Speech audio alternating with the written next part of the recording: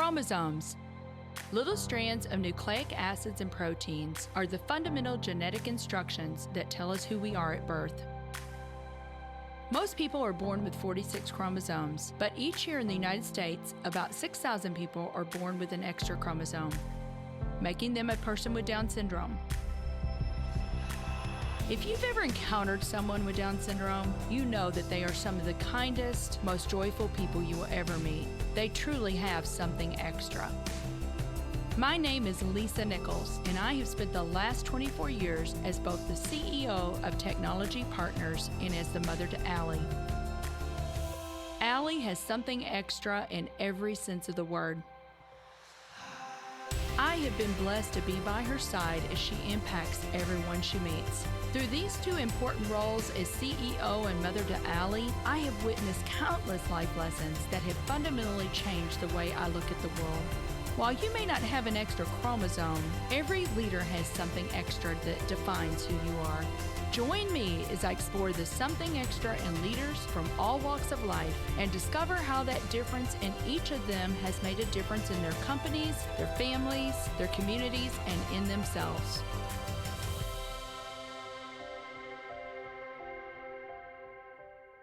If you like this episode today, please go to Apple Podcasts or wherever you listen and leave us a 5-star rating.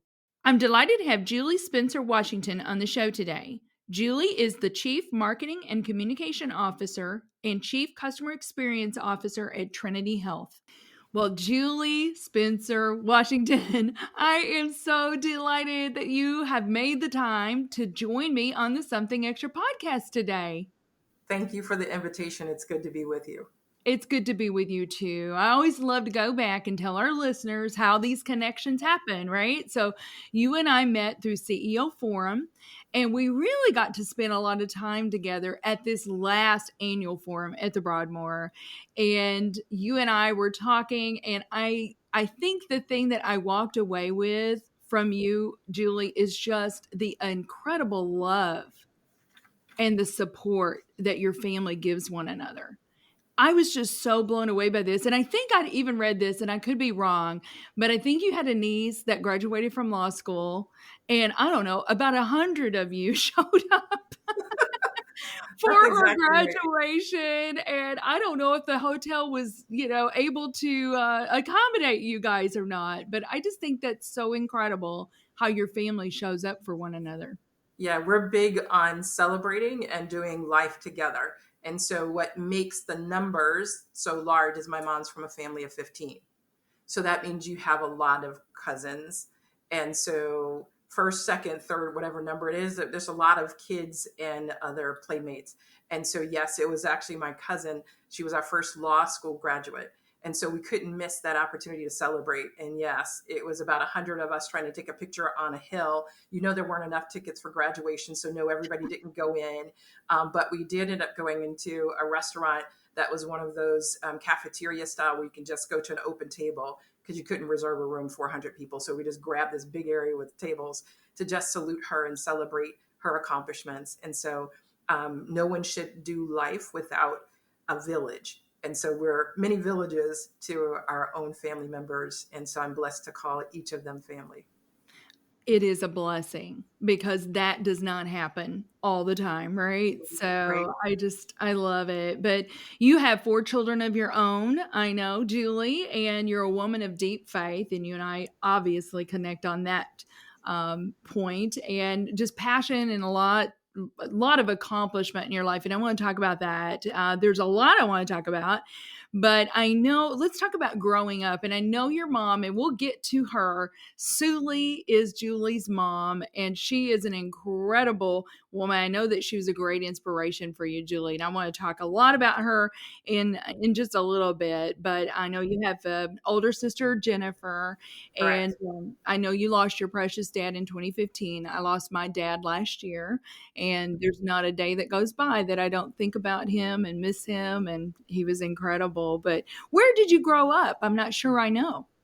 Sure. I was born in Hollywood, Florida, but our home was in Dania, Florida. Actually, my mom is still there. And so it's right outside of Fort Lauderdale. And so South Florida is the sort of the residence, but my mom's from Mississippi and my dad's from Georgia. So we spent many of our summers in either of those two places or in New Orleans with my grandmother. So I'm a Southerner with all kinds of pieces and parts added in that makes me who I am. So family and the extended family is actually a part of who I am and what shapes how I think about community and how I think about the diversity of our responsibility just as people, as humans. Hmm. Yeah, I love that. The South is very family oriented, and it Yeah. usually always, many times, revolves around food. And we'll talk about that. Lots of family dinners, and I love that. My mom and dad both came from fairly large families as well, so I had so many aunts and uncles and cousins, and but everybody's kind of moved, different places now. But it's always wonderful when you can get together with them. But in your career, I mean, you're a very accomplished marketing executive. You are now the chief customer experience officer for an organization. We'll talk about that. But what did you love to do as a child? Did you ever think that you would be doing what you're doing today, Julie? What was the precipice for all of that? Yeah, so I don't even think I knew what marketing was. So I'd be totally denying the truth of my story. But it's not a straight line. So my sister actually integrated our elementary school, and it was across the street from where my mom worked, right? And so we had the opportunity to see things that maybe in our predominantly Black neighborhood you wouldn't see. There was a young lady at the talent show in second grade. She did ballet as her talent, and I didn't know exactly what it was, but it was something I thought I would love to do. So much of my younger years was around the stage. So I've danced with the ballet company until I was in high school. So I love singing. So I sang in I don't know how many different choirs. So I love performing and sharing different gifts and talents in a way that hopefully tells stories and allow you just that moment to forget your reality, but get captivated into the story of the Nutcracker, or captivated into the song of hope. And so that's sort of the younger side of who I've always been. But coupled with that, I also loved math and science. So I thought I'd be a pediatrician because that was the one doctor I knew. And so I worked for my pediatrician. And back in the day, I'll date myself, I was a candy striper. So I worked at the hospital and you volunteered. And so I spent a lot of time in healthcare from that standpoint. So I just thought I'd be a pediatrician. So if Alvin Ailey wasn't going to pick me for his company and we weren't moving to New York, then I guess I'll hang up my tutu and become a doctor. And so that was the original plan. But who knew that life would have me go full circle and not exactly knowing how medicine would show back up. But now that I'm serving in healthcare, but I'm doing it with marketing as a core and customer experience as the flanker. And I'll close with the thought of I used to do a lot of oratorical contests. So speaking was my way to get scholarship money to go to college. And so now telling stories ties into healthcare and serving others toward a whole and healthy life. So it all doesn't fit neatly, but it's all around similar pieces. And I do like being on the stage, whatever stage that is, to tell the story of Trinity or tell the story of each of these patients that we have the privilege of serving in care. That is always so incredible to me, Julie. How many times talking about what someone did as a child, and it may not look, it doesn't look exactly like you said. You didn't go on to be a prima ballerina, but it's that creativity, that ability to tell the story through dance or through song. Now you're telling the story through words and Yeah, marketing and video and things like that. So I absolutely love that. Well, you did go on to get a BA in both chemistry and psychology. So here's where your science comes in. uh, exactly.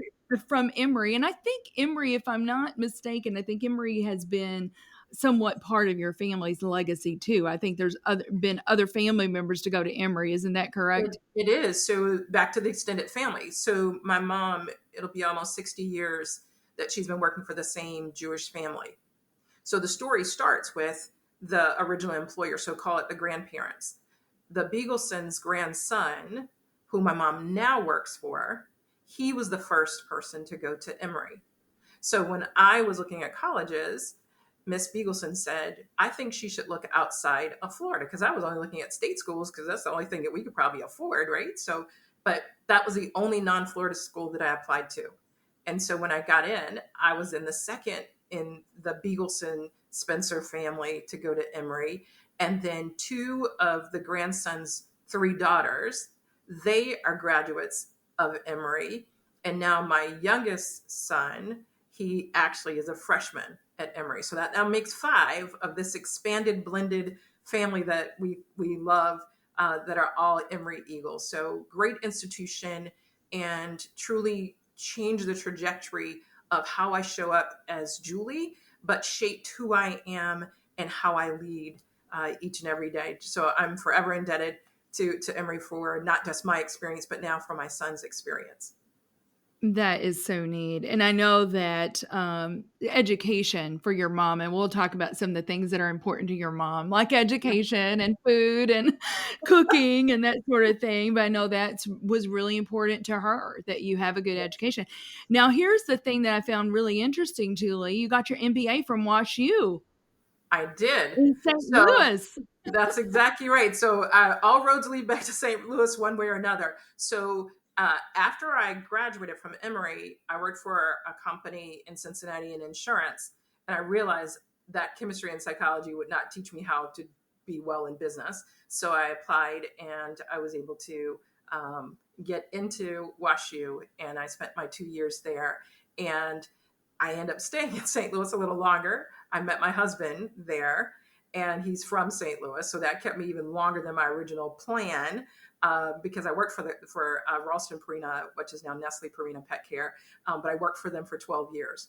And so that kept me in St. Louis 14 years. So that was much longer than a quote unquote the Julie plan had me in St. Louis, but a beautiful city, beautiful people, and definitely a part of our family circle, because all of my in-laws are still in St. Louis. So I love that. I'm just so sad I didn't know you when you were here, right? There's no. 2.5 million people in the greater St. Louis area. I just wish that you and I had ran into one another then, but I do love that you've got St. Louis in your background, and it is a great city. Greg and I moved here, Julie. I don't know if I told you this, but we moved here almost 40 years ago. And right out of college, we got recruited by McDonnell Douglas to work Yes. here in St. Louis. That's what moved us here. And when we got here, we said, oh, we'll probably be here for 2 years, 2 or 3 years maybe, and then move somewhere else. And that was 40 years ago, because it is a great place to raise a family. And there's just so much art and culture and sports teams. And it's a great city. It really is. So, but you did go to Nestle, and you worked in marketing, I believe, at Nestle, and then you also were VP of marketing at P&G. Julie, I know so many amazing people, and I know you do too. Obviously, we're working there, that came out of P&G. What an Yes. amazing company in Cincinnati. So many awesome people come out of P&G.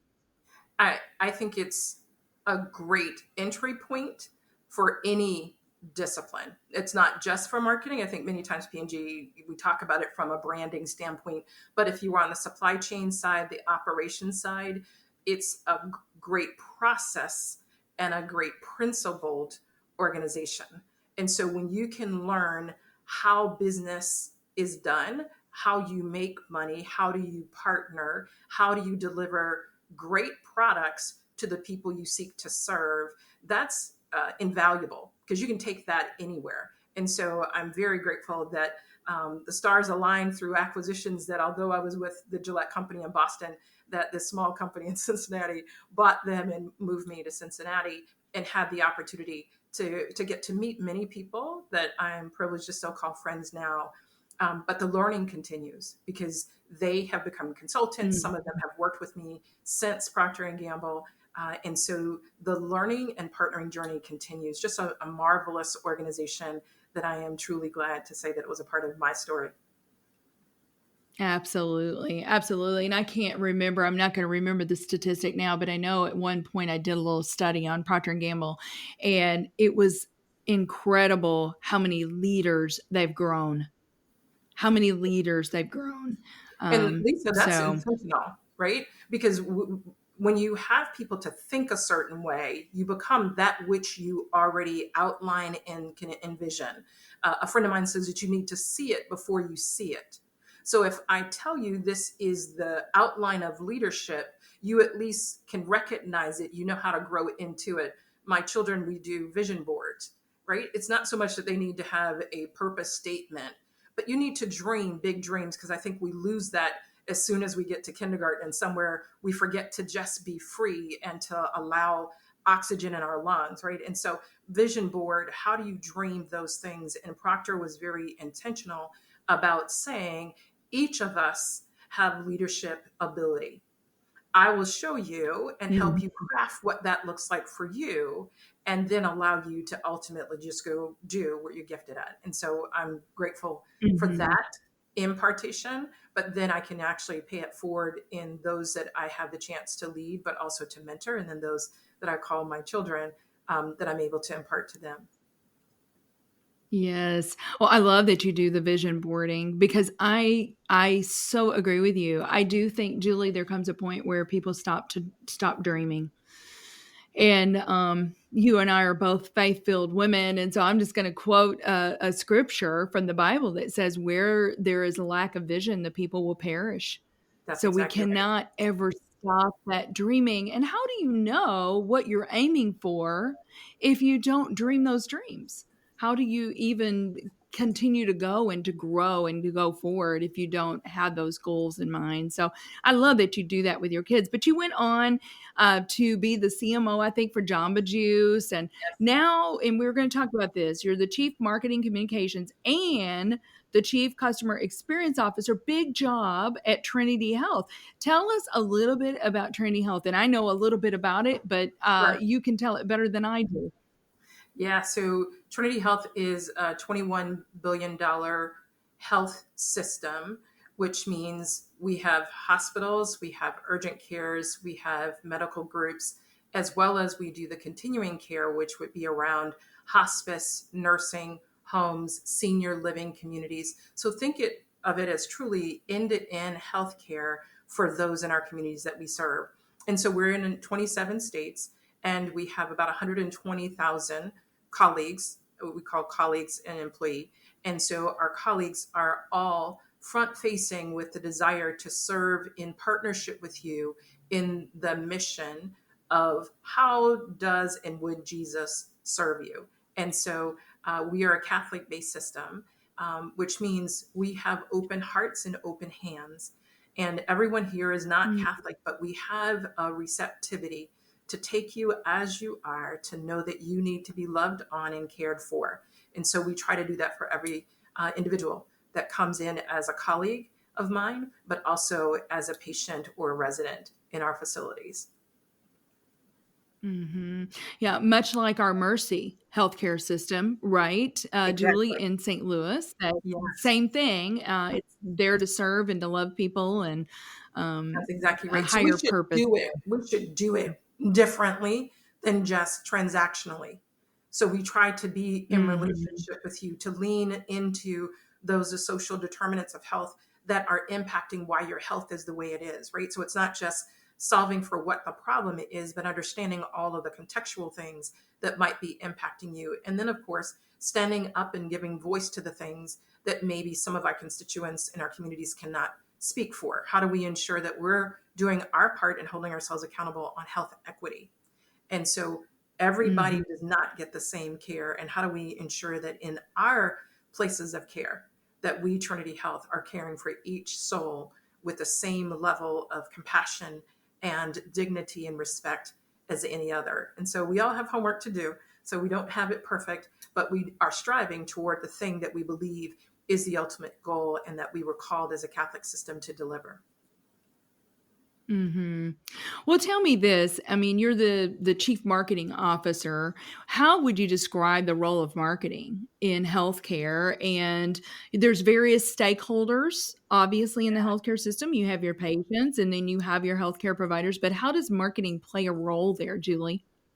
Yeah, so the easiest way is to combine marketing and communications. And I say that because the core in healthcare probably started with communications and not with branding, right? So communications, think of it during COVID. Internally, everyone needed to know almost by the hour what was going on and what is this thing called COVID? What do I need? How do I protect myself? What do we need to say or do? And in a system this large, we need to do it consistently, right? So that's one part of communication.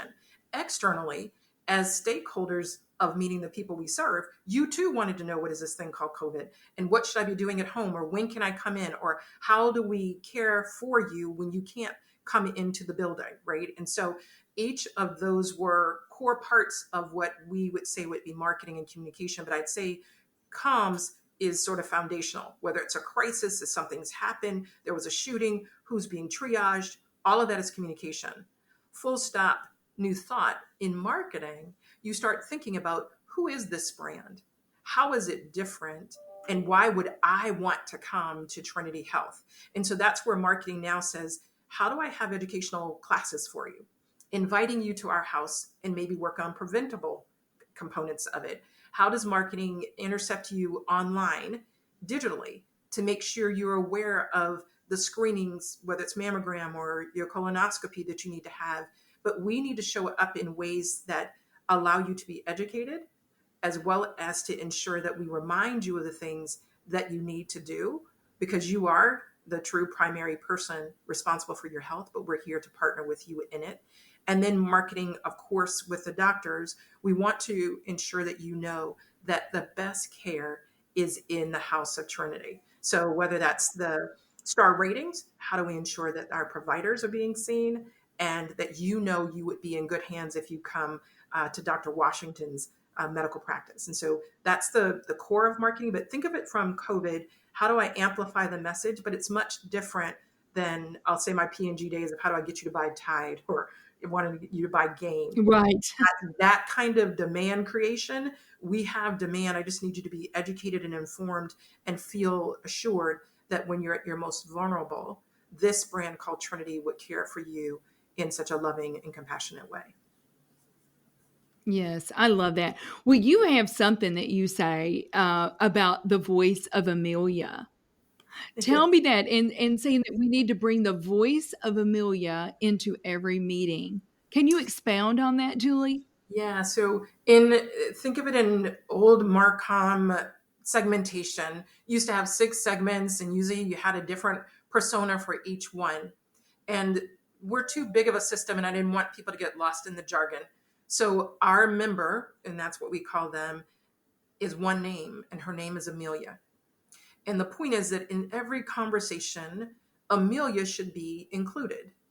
And how do we make sure that what we thought was a good meeting really was a good meeting? And the only way we would know is if we keep Amelia at the center of the conversation. So we really are very patient or member centric around, are the things we're doing benefiting Amelia in addition to what we believe will benefit the ministry? And so that changes when Amelia's at the table. You might ask different questions, or she might say some things. And my job in the customer experience standpoint is to say, things aren't as nice as you think they are. What is it that you need to do more of, or invest in, Trinity, if you really want to meet my needs? You're not moving as fast as I need you to do. You're not being as responsive as I need you to be. Amelia is trying to tell us what she wants, the way she wants it. And the key point is, are we listening? And so we try to ensure that Amelia is in the conversation, and that we have an open ear to hear what she has to say. And that's on every colleague, 120,000, every huddle meeting, every anything. An EVS worker comes to clean your room. Are you listening to the actual Amelia that's in room 502? He's trying to tell you something about the cleanliness of his room, right? And so that's Amelia, and we try to ensure that she figuratively is in the meeting, because she should be at the center of all of our decisions. Yeah, it's just a great way to think about it. It's a great way to remember that, and, bringing that, like you said, into every meeting, into the cleaning of the room, whatever the case may be. I love how you've incorporated that through the 120,000 colleagues that you have there at Trinity. But I've got to ask you this. So how, can you tell me about data and technology and how you have used the data and technology to tailor your marketing efforts? Can you expound on that a little bit? Because obviously, Technology Partners, we're a technology company, Julie. So I have to ask you that question. How's technology and data impacted how you go about doing the marketing and delivering the right customer experience? Yeah, if anything, think of the power of the technology is the power of the digital arena. So much is online. In many patients' worlds, you have the power to know what's happening even before the doctor receives the report. What I mean by that is we partner at Trinity with Epic, and they are the portal and software that allows you to get your My Chart. So if you have blood work, you will be able to see the results of your blood work in addition to your physician. Because after all, you are the keeper of your care as much as I'm partnering with you as the physician. And so technology allows you to see things. It allows the doctor and the clinicians in total to actually use data to see if there's some trends. Are there certain hotspots? Are there things that are there that we need to understand, unpack, and then address? And technology from that part of data allows me to group people, group regions, group service lines, group situations differently than just taking you one by one. In a customized way, data allows me to, let's just use marketing emailing. I need to just email you the mammogram email. Everybody doesn't need a mammogram. So how do I make sure I'm talking to you about the things that are most important to you at this stage in your life? Mhm. Or because I know you haven't had a mammogram in a couple of years, how do I now know you need to be reminded to put this back on your to-do list? So we use data to help inform our actions, reminders for our patient, but then you use data at large. We know the type of patients that are in our system, meaning some people really look to their physician. When the physician says it, they'll go do it. So guess what? The marketing there, you're going to always Mhm. see a physician in the picture because you need to know that assurance that the doctor is indirectly telling me to do it. Whereas someone else says, I'm good. I know how to do things on my own. Well, they don't need a picture that shows the physician. They need the empowerment of information. So I now need to show you different images. And so we customize the messages based upon the segment we think you fall within based on attitudes and behaviors. So 3 different ways to think about data that gets to a personalization of what I say to you, personalization of how we can prevent or partner in your care, and then data around what do we address as a system, those ills and issues that the community might want us to address as a healthcare system. Very good. Very important. Well, Julie, I got a couple more questions I want to ask you, and then we do need to take a quick break. But I love the first line of your LinkedIn profile. Here's what you said. You say, a marketing and business executive who builds businesses, brands, and people. So culture is so important. Fostering a positive culture is so important. I would love for you to tell me about the building people piece. I am blessed that so many people have poured into me. Back to the beginning when we were talking about community. Um, the whole essence of building people is helping them see the gifts and the greatness that they have. And so Marianne Williamson has a quote that says, our deepest fear is not that we are inadequate. Our deepest fear is that we are powerful beyond measure. And so I'm trying to unlock all of those great things that are inside each of us that someone didn't take the time to tell you, to show you, or remind you of. And so I spend a lot of time mentoring, and I am an executive coach. So I spent time, took me 7 years, but I am a certified coach because I think it's important to know how to listen to what people are saying and not saying, and then to know how to show up in their lives. And so I do a lot in pouring into people based upon what they're saying, what they're showing, and I believe also in the potential, because I have one amazing mentor in particular. His name is James White, and I've worked for James 3 different companies. And the point is, I believe he saw in me that which I didn't even know I had. And so, how do I Mhm. do the same and pay it forward such that there are others that just need the opportunity? Sometimes they just need the encouragement to say you can do it, or give them the opportunity to show that they will do it.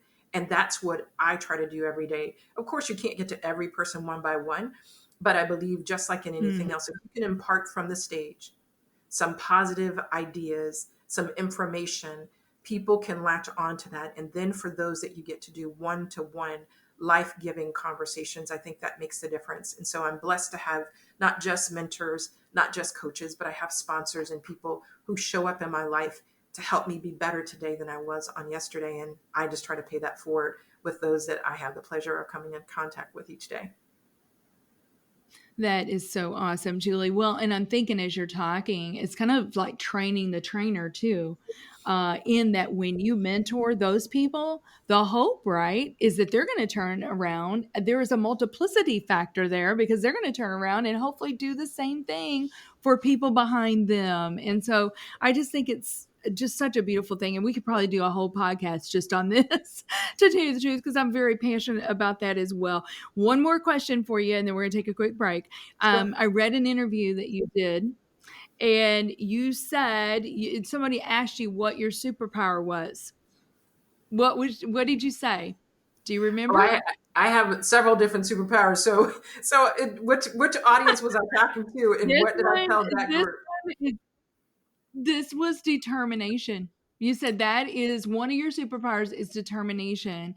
So what I would love for you to do you have any anecdotals, any stories where determination on your part has been the thing that really got you through? Yeah, so determination probably looks a lot like perseverance, not giving up when you want Yes. to give up, right? And um, so I'm very planful. And when I say that, I mean I really write it down. And so I was young, and so I didn't know that you probably shouldn't say this out loud to anyone other than your mom or dad. But I wrote down when I expected to get my promotion um, at Ralston Purina.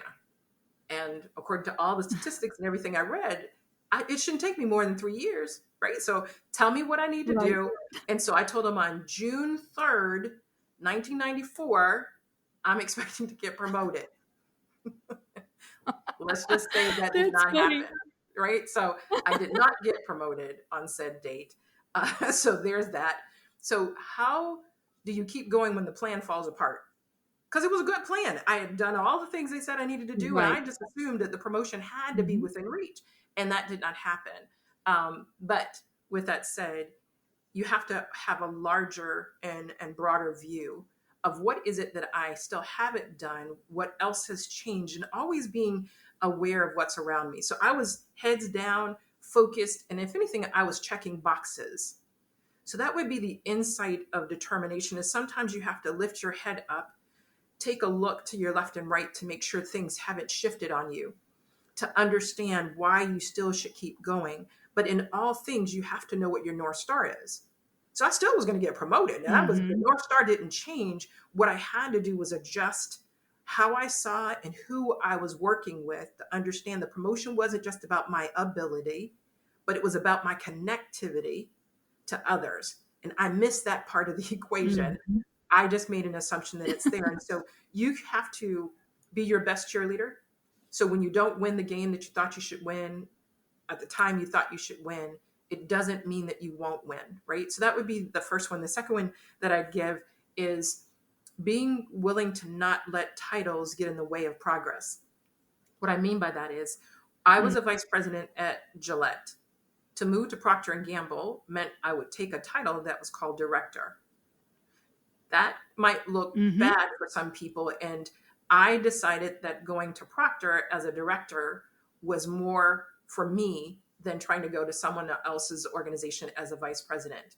And then when I left Procter, I became a vice president at Luxottica Retail. But I went to Luxottica for less money than I was making at Procter and Gamble.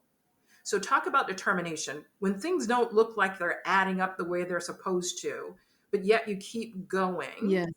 and that's been the story is you can't give up when you know what your purpose is and you actually know that people are depending on you to deliver your gifts in the way that only you can deliver it. So whether I made less money, whether I was called something else, I had to be willing to be Mm-hmm. open to those changes that might have implied something, or I could have allowed it to sort of weigh on me. But I was like, okay, I'm not what I'm called. I am who I am. And so that was probably the aspect of determination, is not losing sight of my goal, even though there were some things that weren't going according to plan. Sure. That is such great advice, Julie. Such great advice. I've got another friend, Bev K, that says the only way up is not always up. It could be lateral. Don't get hung up on the salary adjustment. Don't get hung up on the title. Look at the job for what it is. The other thing that really made me think about this, Kathy Mozzarella is a good friend, and Kathy is a Fortune 500 CEO of Gray Bar, and there's 50 of them now, I think, and she's one of them. But I will never forget her talking about one time that she was up for a promotion and she thought she was getting this job. Someone else in the organization got that position, and she said at first, it really angered her, and but she talked to her dad and her dad said, you be gracious, Mm-hmm. and you be gracious even when things don't go your way, Julie. Do you know when that rolled around again for the CEO role? They remembered that in her and came back to her, and now she is the CEO. But just because it does not go your way, just make sure that you're gracious in that process. And she said her dad said, you call that person, you congratulate them, and That's right. take the high road. And so that just reminded me of that. Well, we've got some other things to talk about, because we've got to talk about Sully. We've got to talk about the book you've written, but we do need to take a quick break, and we'll be right back with Julie Spencer Washington on the Something Extra podcast.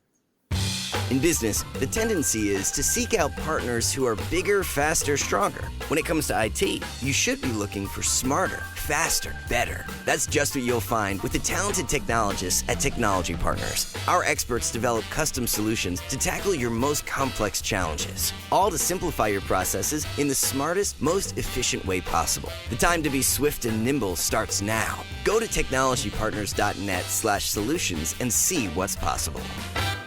Welcome back, everyone, to the Something Extra podcast. Now, Julie, I want to move into something I'm very excited to talk about, and that is your sweet mama, Sully. And you already talked a little bit about your mom. She was, I think, number 11 of Yes. 15 kids. Yes. Grew up in Mississippi. Incredible. Here's so many amazing things about your mama, though. She is a 4-time cancer survivor. I listened to a podcast that you did for Susan G. Komen. I think it's the highest listened podcast in the history, I believe, of Susan G. Komen. But you were 10 when she first got cancer. Yes. And I know she was only 38 at the time that Correct. she got cancer, but A she's young gone woman. through 4. Yeah, she was very young. So I knew we don't have a lot of time, but I want you to at least say, what your mom learn through that process? What did you learn? And then I've got some other things to talk to you about. Yeah. So in all 4 cancers, the importance was early detection. So that's been her main message to all of the family members and to anyone that she has the opportunity to share with, is the need for you to take action. If you feel something, it's almost, if you see something, say something. If you feel something, say something. Because at the end of the day, that was what was the difference maker. And she had great physicians. So you do need a great healthcare team. 2 of the 4 cancers were found in surgeries for something else. And so when a physician knows something isn't right and takes action, and not just doing the thing that they went in there to do, those were the 2 that were discovered through surgery, whereas the 2 breast cancers were found through her own self exams. So that's I'll call it the main message that we'd have from a healthcare standpoint for anyone, not just women, but each of us must be proactive and always astute, and not walk in that fear of, oh my gosh, I don't know what this is. Well, it's good to go ask someone who can help you identify what it is and come up with at least a medical plan around how to address it. Mm-hmm. Yeah, great advice. That early detection, getting a great doctor, knowing your family history. You talk a lot about that too, Julie. Know your family history and be aware of those things that you need to watch out for, because there are some things maybe that you can do differently, right? But the podcast host, when I listened to this, I love this. The podcast host said, "How do you keep joy in your life, Suli?" And I love your mom's response. And I was a little bit surprised. But first of all, what was her first thing that she said? She might have said sports. I mean, she loves the Lord, but she loves sports as much, right? So God has always been center. That's where her faith, when you can't see your way to something, she was anchored in knowing someone bigger than her had her in his hand, right? And so knowing this Mm-hmm. is not a solo fight was an important piece. And so you can have joy when you know that the outcome is in a victorious warrior's kind of hand, right? So that was one piece. But the second thing that brings her joy is that she just loves sports. I mean, my mom watches ESPN1, ESPN2, the tennis channel. If there's a sports channel, she's usually up watching it because she really does enjoy sports. And you should know before you go over who she's rooting for, so that you're not rooting for the other team, because that usually doesn't go so Right. well in the house. So, but those are her two She's passions. so cute. Yeah. Yes. And cooking. She loves cooking. But I was just tickled because she's like, I even watch hockey. I watch tennis. It doesn't really matter what it is. She watches it, right? And then I just got so tickled because she's like, I've coached more teams from my chair. She coaches, she champions, she's a cheerleader. Oh, she even got into NASCAR, That's Julie. exactly right. So at the Gillette company, I had the opportunity of doing sports marketing.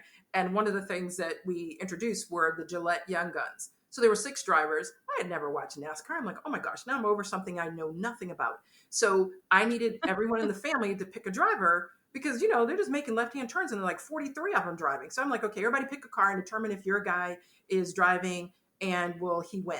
And that way I'll know where my 6 guys were. So needless to say, that's how my mom started in NASCAR, but I took her to a race. And then I think until you've been on the track and you see the giftedness of these drivers, they're not just making left-hand turns. The speed and the agility that they have to make the moves and to drive as close as they are, you have a newfound respect. So then she fell in love with it. And then, of course, our favorite driver of the Gillette Young Guns became Jimmy Johnson. So we follow Jimmy even now. And so she's always watching to help Jimmy, of course, become a champion 7 times over. But then she would rather go to watch TV and watch you do your sport than to go in person, because she can yell, she can get to see the replay, because she is loud. And so, she doesn't do well if you want her quiet on the tennis court. She's usually yelling to help Venus in some capacity. I just love it. There is a movie, Julie, that our grandson wanted to go see. And I was like, yeah, I'm not really sure about this genre, but he wants to see it. I would highly recommend it. It's so inspirational. Okay. Gran Yeah. Turismo, about this kid that was a gamer, racing and in gaming, and then got chosen to actually race. It's a very inspirational movie. So your mom would probably really like that. But I want to talk just a minute here before we go into something extra about your book. So you and your mom wrote a book called Recipes for Joyous Living, a story of inspiration. And I absolutely love this book. I would highly, highly recommend our listeners to get the book. There's Suli's recipes, Julie's favorite recipes sprinkled throughout the book. We've talked about this cornbread dressing. She's very well known for her pound cake. I mean, how many pound cakes, Julie, do you think your mama has given to people? We might be into the thousands now. I mean, they've been coming for forever. And even in college, my mom would put the pound cake, or what I call my chocolate cake, in the mail for college. And so the people at the post office even know what the little box has in it. Well, you can probably smell the cake as well. but they haven't been intercepted, thank goodness, but they usually make it to their destination. And then, of course, it's her way of expressing love. So in the time of loss or in the time of celebration, she's usually going to take over a cake just to ensure that you had something sweet to have as, I'll call it, a comfort, just in case all the other things didn't go Mhm. well. Usually the pound cake is right on time with a little glass of milk. It usually goes down quite well. So, but my mom Yeah. is intentional about serving. She at our church, she was the clerk of the church, the secretary of the church for over 22 years. And whenever she would end the Sunday announcements, she would tell them that in essence, it's from James. And her point was, when we come to church, sometimes we come in a very receiving mode. But her point was, you have to also leave in a serving mode. And so her point in James 5:16 is that the effectual, fervent prayers of the righteous avail much. So those of us who've entered God's house to worship, let us depart to serve. So every week, I heard constantly the need, the Mm. call to serve. And so that's probably why I show up the way I do in many different ways, is because I'm always seeking to be the hands, the feet, the mouth, the minds, the eyes, the ears for all of those Amelias that I don't know, but I have been chosen to be able to serve. And so that's just a gift from my mom that keeps on giving in a multitude of ways of how I show up in life. It's so beautiful. I mean, a beautiful, beautiful model that you have, and I had the same thing with mine. I tell people if you stumped your toe, my mom was there with a meal, and that's just the way she showed up, and I just love that. Well, I've got one more question for you. I probably have got 5 more pages of questions, Julie, but we're not going to do that to our listeners today. We may have to Sure. do a part 2, but I wanted to talk to you about children because you've got 4 children of your own, and you said speak up when your child does well Yes. and encourage them along the way, and you give a lesson from the Canadian geese that I think is really funny. Can you tell our listeners that lesson? Sure. So in St. Louis, in Cincinnati, and even here in Michigan, the Canadian geese are everywhere on pick a corner or pick a parking lot. And what you will notice about them is they're usually in a group on the ground. And it's no formation, but when they get in the air, they fly in a V formation. And it's important for them to fly that way because it helps them get where they're trying to go. Part of it is physics and air, but also, if you're listening, they're a noisy group. They're honking all the time. And I call it cheering and words of encouragement to say you can do it. But the point of the person or the geese that's right, right at the point, that one is to lead them where they're going. And so I'm always trying to make sure my children understand our responsibility as the goose that's first. Sometimes it's the one when you're in formation that you're not always asked to lead. Sometimes you're asked to be a good follower. But in all things, we should do that together, and that we're not successful unless we all get to the desired destination.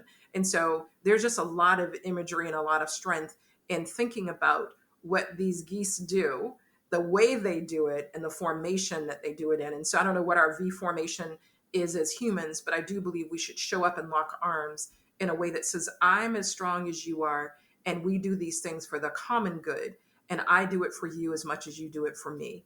So that's sort of the geese Mhm. of watching them over time as to how they strengthen us as leaders, but also just as individuals.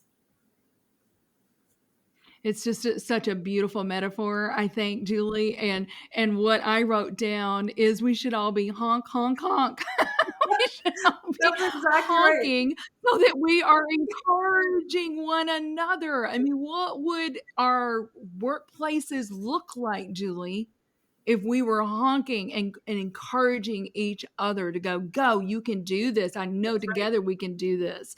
I think it would be really different. But let me ask you this. This is called Yes. something extra. What do you Yes. believe is the something extra that every leader needs? I would hope that every leader has a willingness to what I'm going to call blend with another. So let me unpack the childlike aspect of the statement. So I have 3 of my own children, and the 4th is my goddaughter. So she's a part of the circle, but in the 4 of them, I learned really quickly by looking at a box of Crayola, right? So they start off with those big fat chunk of crayons, and those are your primary colors. There are 8 in the box. But the important part is we learned later how to be excited about having 64 colors, but they only occur when we're willing to blend the primary colors together, whether it's red and yellow makes orange, or red and blue makes purple, or whichever way they blend.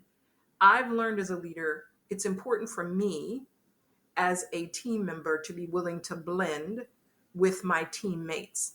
If I stand individually and I'm always just going to be just me, I miss the beauty of what we could color together. The color itself doesn't change who I am, but what happens is because of my willingness to blend with another color, something extraordinary is produced. And so I hope that the something extra that we have is that we're willing to blend in, because it doesn't matter whether you are a sharp crayon, a flat one, a broken one, a whole one, a tall one, a stub. Doesn't matter the state that you find yourself in. If you're willing to actually blend in, there will be magic and beauty that will result for our teams, and also for those that we serve, whether that's through a product or a service. So that's what I would hope for each leader in the something extra. Be willing to blend your color with another. That is so beautiful. Julie, I hope I'm as old as your mama and still remember the Crayolas. Seriously, because how boring would it be if we just had red, yellow, and blue? Right. It would be a boring picture, but the diversity of all of that and blending it together makes a beautiful, beautiful masterpiece. So thank you so much, sweet sister, for being on the podcast today. This has been so much fun for me. Thank you. Thank you for listening to today's show. Something Extra with Lisa Nichols is a Technology Partners production. Copyright Technology Partners, Inc. 2019. For show notes or to reach Lisa, visit tpi.co/podcast. Don't forget to leave a review on Apple Podcasts, Google Play, or wherever you listen.